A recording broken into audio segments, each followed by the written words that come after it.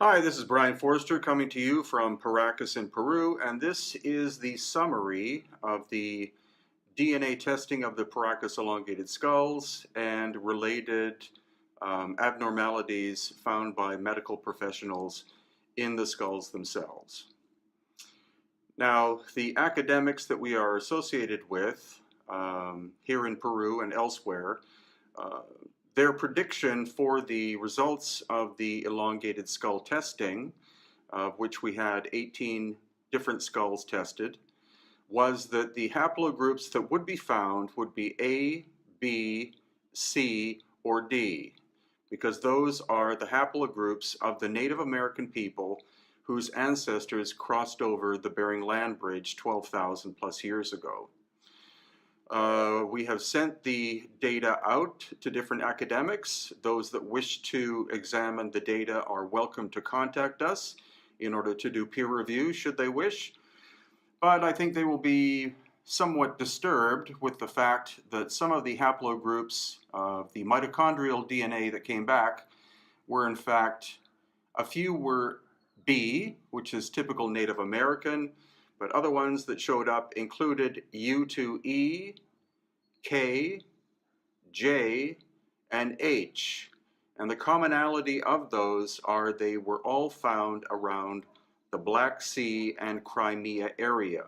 Also, the largest elongated skulls in the world, aside from the Paracas, have been found in the Black Sea and Crimea area. So I'm now working on that relationship. There must have been some kind of maritime movement 3,000 plus years ago from that area, is my thesis.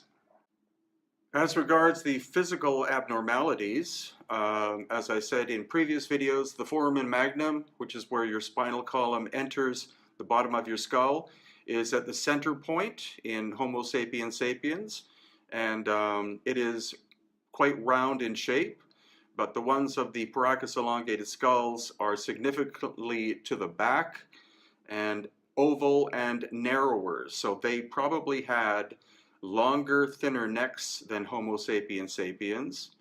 And that, of course, is a genetic abnormality that cannot be explained by cranial deformation. That was confirmed by the medical experts that we had in this book, which is available from LA at lamarzulli.net. And also, it will be explored by other medical professionals, such as my radiologist friend Ken. And then also there are things called foramen ovali, I believe they're called, which are up and inside here in the skull. That is where nerve and blood flow comes out to feed the face, and that gives us our facial expressions. They seem to be absent in the Paracas elongated skulls, which means their facial expressions would have been very different from us, which again is an abnormality. Also, the two holes in the back of the skull in the Paracas were for blood and nerve flow because of the elongated nature of the skull. And not in the book, but the blood types are very curious. 12 different samples of ancient Paracas elongated skull blood was tested. A paper was written. The paper was then removed by other academics because it doesn't conform to standard or the standard story of history. 100% of Native American people who are 100% Native American genetically, from Mexico all the way down to the southern tip of South America, were and are supposed to be blood type O, 100%.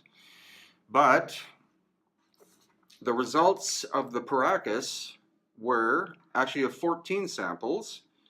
Blood type A, 28.5%, blood type B, 7.1%, blood type AB, which is the rarest on the planet, 21.4%, and only 43% were blood type O. So Will Hart and I, who is an author, will be writing a paper for Nexus Magazine about this. What we can basically say is that the Paracas were a very complex genetic being existing 2,000 plus years ago on the coast, and the genetic anomalies are very curious because, again, they should only be A, B, C, and D, but there seems to be a very powerful Eurasian component to their DNA.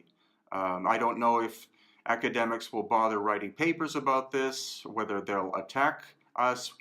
The results are the results. Data is data, fact is fact. And so that is the summary of the story. And again, if you want the full story, you have to get hold of this book. These are the experts, and it will be available in March via la@lamarzulli.net. So for now, still exploring the Paracas, this is Brian Forster in Paracas, Peru.